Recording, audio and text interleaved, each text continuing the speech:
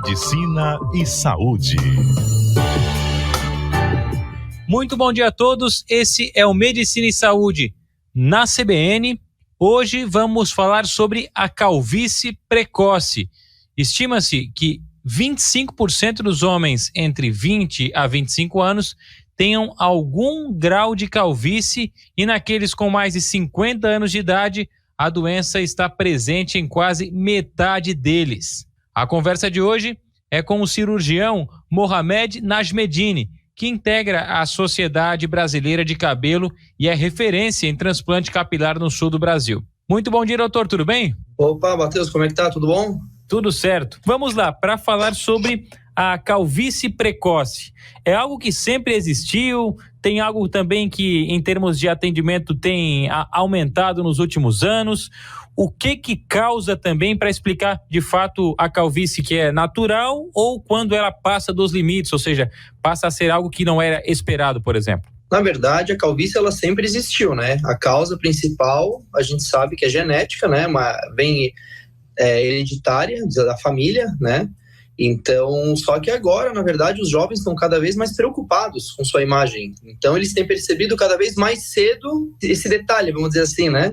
Essa falha, essas entradas, procurando atendimento cada vez com uma idade menor. Existe um nome específico que é alopécia androgênica, popularmente conhecida como calvície.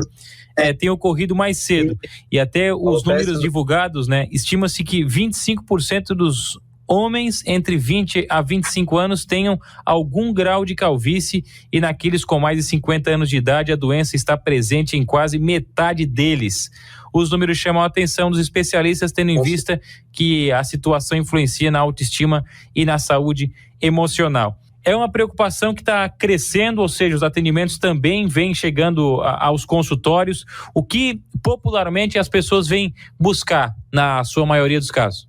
Realmente essa melhora da autoestima, né? Como impacta muito com essa questão social, vamos dizer assim, uma aparência melhor, acaba fazendo com que o paciente procure cada vez mais cedo e resolva esse problema de uma vez por todas, geralmente com o transplante capilar. O senhor já tocou num ponto da causa da calvície, pode ser uma questão hereditária também, mas outros fatores que podem gerar a calvície ou acelerar esse processo? Com certeza, a principal é a parte, né, a herança genética, mas seja a alimentação, o uso de anabolizantes, o estresse, enfim, existem outros fatores que aceleram o processo em si, também podem causar mais queda de cabelo também, né? Em termos de normalidade, né? O que é natural em número de fios de cabelo caindo diariamente, o que é natural também para um ser humano e até que ponto esse número de fios já passa do limite, né? O que a gente vai acompanhar no nosso dia a dia que pode indicar esse tipo de problema? Então, o que a gente considera normal é uma perda diária de 100 a 150 fios, né? Claro que a gente não consegue ver nem a metade deles se perdendo, vamos dizer assim, porque a gente perde no banho, perde dormindo, enfim. Então a gente acaba não percebendo a maior parte dos fios quando eles caem durante o dia. Mas quando esse número passa desse valor, acaba ficando mais perceptível, né? Seja na pia, no travesseiro, dentro do box do banheiro, enfim. Então, a partir de um certo momento, a gente às vezes até pede para quantificar para a pessoa, para o paciente, ele tentar juntar, né, e somar esses números de fios para ver se realmente está sendo acima desse número dentro da normalidade. Vamos agora para o tratamento. O que hoje é indicado, por exemplo, como novidade, o que também é específico da nossa região, é uma referência também o atendimento aqui no sul do Brasil, a questão do atendimento em Florianópolis, em outras grandes cidades também do estado. Quais são os principais? Não, inicialmente a gente sempre vai tentar associar um tratamento clínico, né? Então a gente vai avaliar o caso, tem que colher a história, saber a evolução, né? Quando começou, o que está acontecendo com como é que está sendo o grau de queda, o grau de calvície, já que existe uma variação de grau de 1 a 7, então para a gente ver aonde que esse paciente se encaixa, se ele realmente tem indicação de transplante capilar. Se ele tiver, realmente se torna já um processo, né, a indicação de fazer a cirurgia. Mas, normalmente, mesmo que ele faça a cirurgia, a gente se preocupa muito com a prevenção dos outros fios, que eles tendem a continuar caindo. Como a gente falou, os pacientes cada vez mais jovens tendo procurado, né, a solução para esse problema, Então, o transplante, ele é uma solução por um certo momento, vamos dizer assim. Ele vai solucionar, seja aquela entrada que o paciente tenha, mas se ele não continuar cuidando dos outros fios que ele tem na parte do topo, em cima, já que a parte da área doadora, das laterais, é uma região que se preserva, já que tem um fio de qualidade, de genética diferente, ele vai continuar perdendo os fios e, teoricamente, a longo prazo, o que aconteceria? Ele ficaria com transplantados e os outros continuariam caindo.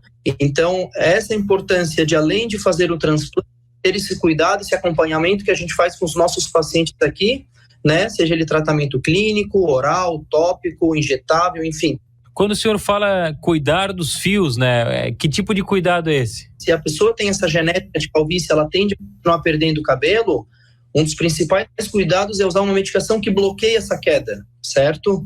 Então, hoje no mercado existe a finasterida, a dutasterida, existem medicações que atuam no bloqueio da queda do fio. Existem medicações também tópicas ou até o minoxidil, por exemplo, também pode ser feito via oral, que é para a melhora da qualidade do fio. Ele é um vasodilatador, né?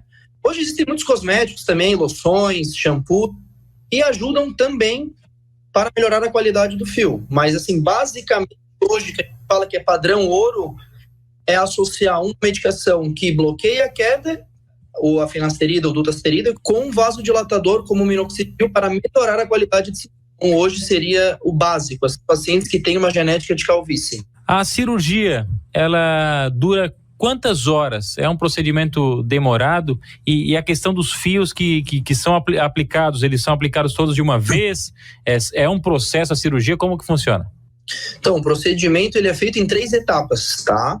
A gente primeiro vai fazer o planejamento, claro, definir a área a ser transplantada, a área doadora, da onde que a gente vai extrair, e aí sim a gente começa com o primeiro passo, primeira fase do processo, que é a extração dos folículos capilares. Então, primeiro a gente finaliza a extração, após isso, tendo esse número de folículos extraídos, realizo todas as incisões, né, do mesmo número dos folículos, e após, né, essa seria a segunda etapa, as incisões, e a terceira etapa, por último, a gente faz a implantação dos folículos capilares e finaliza o processo. São 3 etapas, então. Dura em torno de 6 a 8 horas em média, né? Depende de cada caso, é claro. Pode ser um pouco mais, às vezes um pouco menos, mas seria uma média de 8 horas, mais ou menos.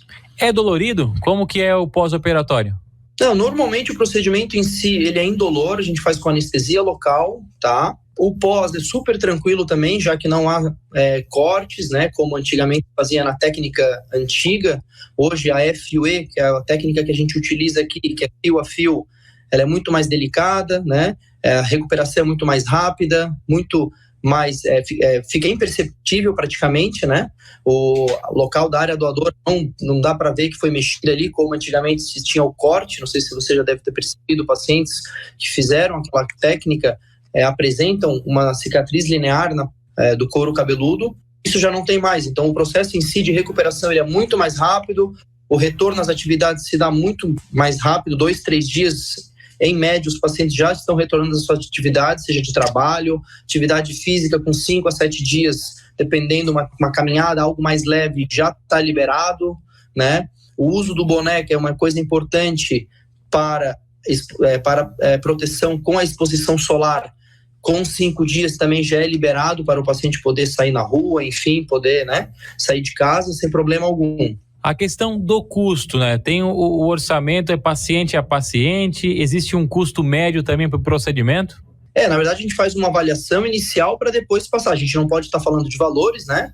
Mas em geral o procedimento em si tem um valor que a gente, após uma avaliação feita, inicial ou online ou por WhatsApp, né, que a gente costuma fazer muitos de pacientes de fora, de outras cidades, enfim.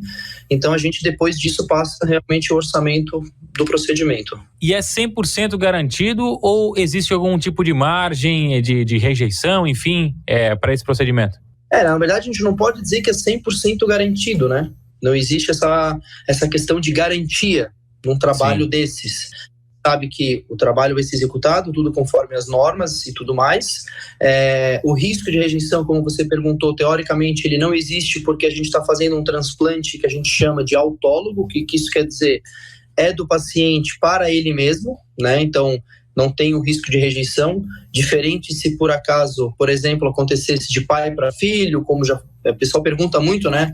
Posso pegar do pai, do filho, do irmão, do tio, enfim, não, isso não pode realmente porque vai dar rejeição, né? O organismo é diferente, não é do corpo, e ele vai acabar rejeitando o folículo, né? O fio. Então, realmente tem que ser do paciente para ele mesmo. Doutor, e também a procura para outras áreas no rosto, sobrancelha, barba, também esse procedimento é feito?